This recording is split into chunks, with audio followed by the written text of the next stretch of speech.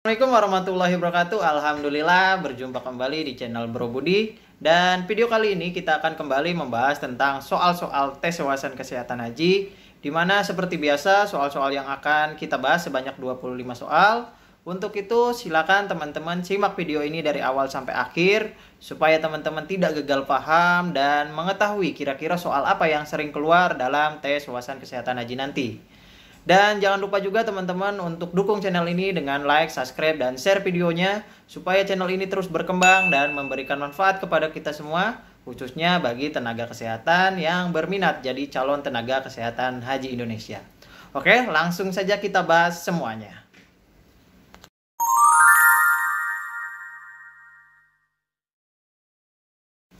Soal nomor 1.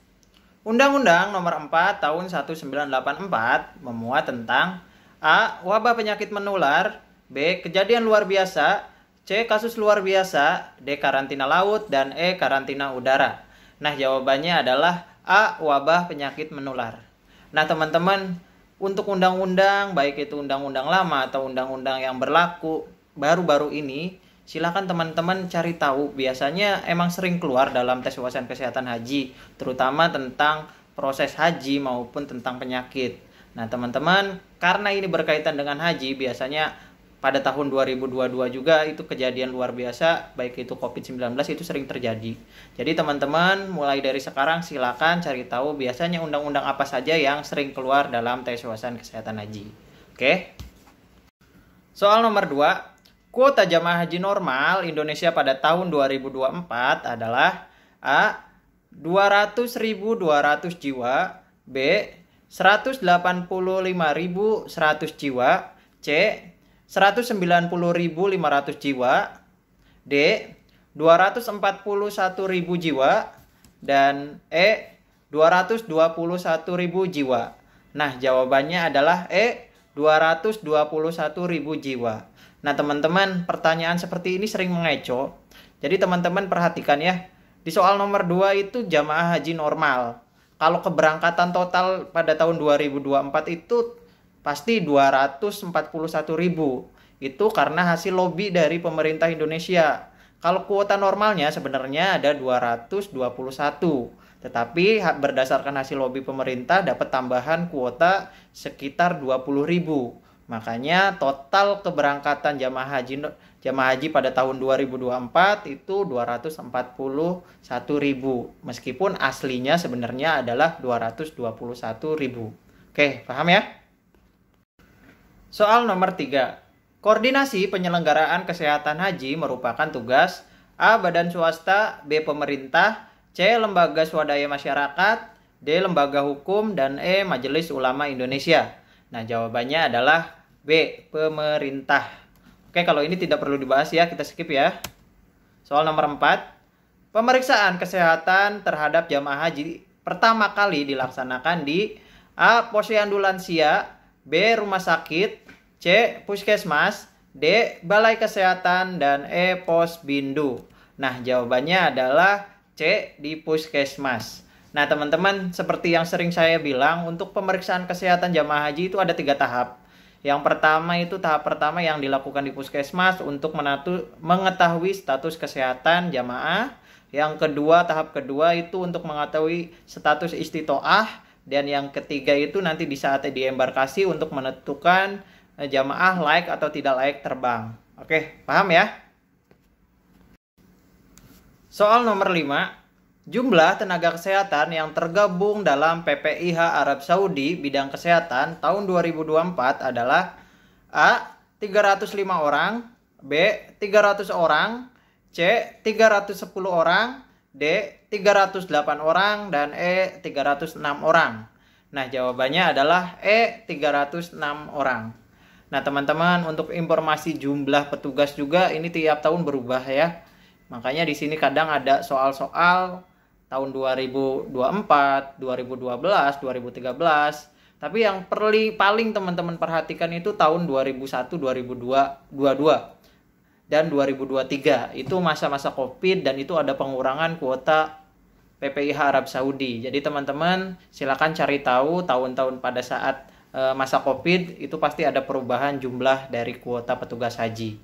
Nah, mudah-mudahan pada tahun 2025 ini meskipun ada skenario pengurangan petugas, tapi mudah-mudahan itu tidak terjadi karena nanti kalau ada pengurangan petugas pasti akan berimbas untuk formasi rekrutmennya. Jadi mudah-mudahan formasinya masih sama seperti tahun 2024. Oke.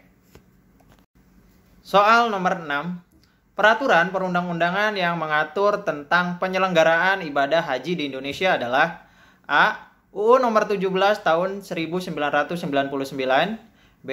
UU nomor 23 tahun 1992, C. UU nomor 13 tahun 2008, D. UU nomor 51 tahun 2009, dan E. UU nomor 36 tahun 2012. Nah, jawabannya adalah C. UU nomor 13 tahun 2008. Nah, teman-teman perhatikan pilihan ganda dalam soal ini. Di sini ada Undang-Undang nomor 17 tahun 1999. Nah, itu juga sebenarnya penyelenggaraan ibadah haji. Jadi ada dua jawaban. Pada yang A itu Undang-Undang nomor 17 tahun 1999 dengan Undang-Undang nomor 13 tahun 2008. Nah, ya, undang-undang ini sama, tapi teman-teman cari jawaban yang terbarunya. Karena Undang-Undang nomor 17 tahun 1999 itu sudah tergantikan oleh Undang-Undang nomor 13 tahun 2008. Oke, paham ya? Soal nomor 7. Sistem informasi yang digunakan dalam penyelenggaraan kesehatan haji disebut A. Simpus, B. Siskohatkes, D. Sispokes, D. Siskehatkes, dan E. Infokes. Nah, jawabannya adalah B. Siskohatkes. Nah, teman-teman, untuk Siskohatkes ini udah sering saya bahas, jadi tidak perlu saya jabarkan lagi. Jadi teman-teman silakan cek video-video saya sebelumnya, pasti ada pembahasan tentang Siskohatkes ini. Oke, lanjut. Soal nomor 8. Kesadaran somnolen hingga koma yang disertai dengan gangguan hemodinamik, tremor halus akibat gangguan aklimasi yang mengenai pembuluh darah kecil. Akibatnya terjadi oklusi aglutinasi trombosit. Diagnosa yang harus dikenali oleh TKHI terhadap jamaah haji karena suhu dingin dikenal dengan A. Heat stroke, B.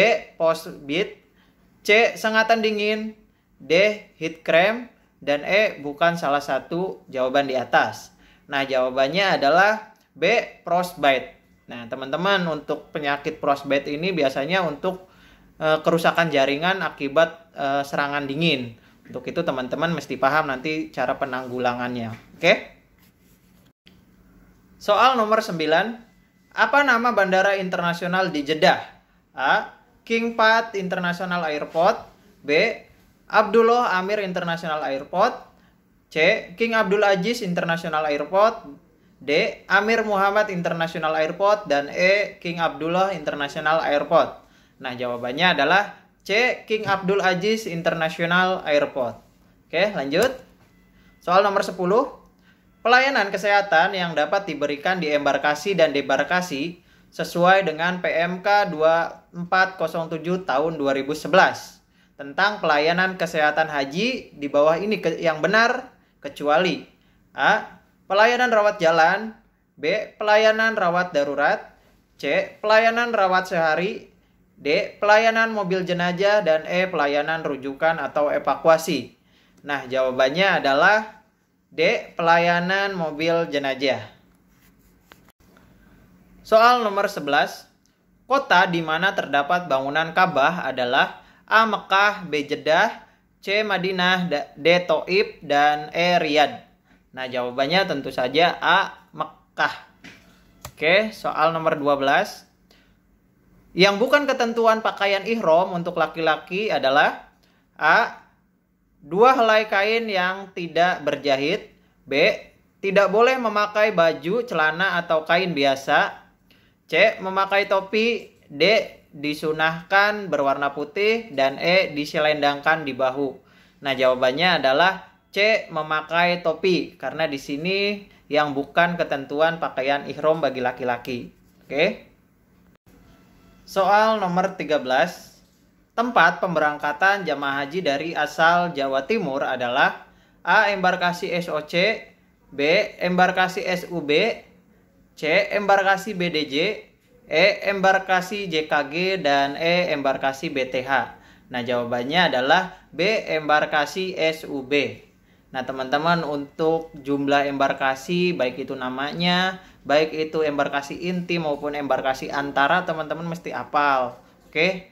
Jadi, teman-teman mulai nyari tahu nih dari sekarang. Kira-kira daerah teman-teman itu embarkasinya apa aja, dan embarkasinya juga di seluruh Indonesia ada berapa, teman-teman mesti hafal ya. Soal nomor 14. Tekanan darah tinggi bisa diibaratkan A. Makin besar keran saya buka, makin banyak debit air yang keluar. B. Makin rendah tekanan semprotan air di ujung selang. C. Makin lemahnya penekanan semprotan air di ujung selang.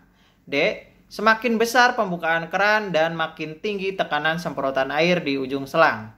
Dan E. Debit air yang keluar semakin banyak. Nah, jawabannya adalah D. Makin besar pembukaan keran dan makin tinggi tekanan semprotan air di ujung selang. Oke, paham ya? Soal nomor 15 lanjut. Soal nomor 15.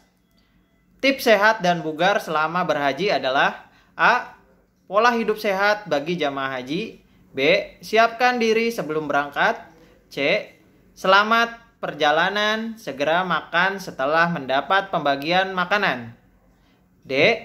Selama di tanah suci, bagi jamaah haji resiko tinggi tetap mematuhi diet sesuai anjuran ahli gizi. Dan E. Semua jawaban benar. Nah, tentu saja jawabannya adalah E. Semua jawaban benar.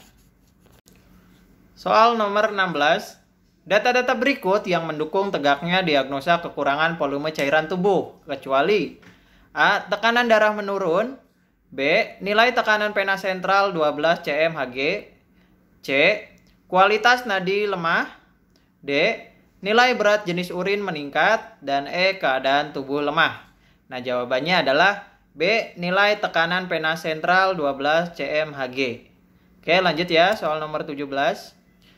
MERS-CoV singkatan dari A. Middle East Respiration Syndrome Coronavirus. B. Middle East Respiratory Syndrome Coronavirus. C. Middle East Respiratory Syndrome Coronavirus. D. Mean Eagle Respiratory Syndrome Coronavirus. Dan E. Middle Eagle Respiratory Syndrome Coronavirus. Nah, jawabannya adalah C. Middle East Respiratory Syndrome Coronavirus. Soal nomor 18. Tindakan mandiri perawat yang dapat dilakukan untuk mengatasi masalah akumulasi sekret adalah A. Melakukan suction. B. Mengajarkan teknik batuk efektif. C. Postural drainase. D. Semua benar. Dan E. Semua salah. Nah, tentu saja jawabannya adalah D. Semua benar. Lanjut soal nomor 19. Yang termasuk faktor resiko internal yang menjadi perhatian TKHI terhadap jamaah haji selama visitasi di pondokan antara lain kecuali A. Penyakit hipertensi dan stroke pada jamaah haji. B. Penyakit jantung pada jamaah haji. C. Proses toab yang dapat menyebabkan kelelahan pada jamaah haji. D. Penyakit asma dan PPOK pada jamaah haji. Dan E. Penyakit diabetes mellitus pada jamaah haji. Nah, jawabannya adalah C. Penyakit toab yang dapat menyebabkan kelelahan pada jamaah haji. Karena itu merupakan termasuk risiko internal. Oke? Soal nomor 20. Apabila persediaan obat untuk jamaah haji di kloter habis, maka TKHI dapat meminta obat kepada A. Depo farmasi di sektor. B. Depo farmasi di BPHI. C. Meminta kepada dokter kloter lain. D. Jawaban A dan B benar. Dan E. Jawaban A, B, dan C benar. Nah, jawabannya adalah A. Depo farmasi sektor. Oke, lanjut ya. Soal nomor 21. Gejala klinis terjadi pada meningitis adalah A. Demam tinggi. B. Kejang. C. Sakit kepala. D. Peningkatan TIK. Dan E. Semua benar. Nah, jawabannya adalah E. Semua benar. Soal nomor 22. DC shock atau tindakan defibrilasi kegawatan asinkronis hanya dapat dilakukan pada pasien dengan A. Asistol, B. PEA, C. Supraventricular tachycardia atau SPT, D. Sinus bradikardi, dan E. Ventricle tachycardia atau ventricle fibrilasi, PT atau PF. Nah, jawabannya adalah E. Ventricle tachycardia atau ventricle fibrilasi. Nah, teman-teman, untuk soal-soal mengenai DC shock, EKG, dan EGD ini banyak juga keluar. Tahun kemarin sekitar ada 15 soal yang mengenai tentang DC shock, gambaran EKG, dan pembacaan dari AGD. Jadi teman-teman silakan belajar tentang EKG dan AGD. Oke? Soal nomor 23. Edukasi yang dapat dianjurkan oleh TKHI kepada jamaah haji selama visitasi antara lain kecuali A. Melaksanakan rukun haji dan melakukan seluruh ibadah sunnah walaupun jamaah kelelahan. B. Tetap menjaga kebugaran fisik dengan cukup makan, cukup istirahat, dan olahraga sambil melaksanakan ibadah pada waktu yang tepat, baik pagi, sore, atau malam. C. Disarankan kepada jamaah haji untuk membawa air setiap kali keluar pondokan agar jamaah tidak dehidrasi. D. Disarankan kepada jamaah untuk mengenali tempat-tempat pelayanan umum dan pos kesehatan Indonesia dan mencatat nomor teleponnya. E. Jika sakit harus berobat ke dokter kloter yang memiliki cukup perbekalan obat untuk jamaah. Nah, jawabannya adalah A. Melaksanakan rukun haji dan melakukan seluruh ibadah sunnah walaupun jamaah kelelahan. Karena soalnya kecuali ya teman-teman ya. Soal nomor 24. Visitasi kepada jamaah haji dapat dilakukan oleh A. Dokter, B. Perawat, C. Seluruh petugas kloter, D. Bersama-sama dokter, perawat, TKHI, dan TKHD, dan E. Jawaban A, B, dan D benar. Nah, jawabannya adalah C. Seluruh petugas kloter. Nah, teman-teman, untuk visitasi ini karena jumlah jamaah yang banyak dan petugas yang terbatas, tentu saja mesti ada kolaborasi dari semua petugas kloter. Karena visitasi bukan hanya tentang kesehatan, tetapi tentang kebutuhan jamaah juga. Oke, paham ya? Lanjut soal nomor 25. Tempat untuk bersinggah sementara mabit bagi jamaah haji setelah dari Arafah ke Mina adalah A. Mina, B. Musdalifah, C. Jumarot, D. Masjidil Haram, dan E. Arafah. Tentu saja adalah B. Musdalifah. Oke, paham ya?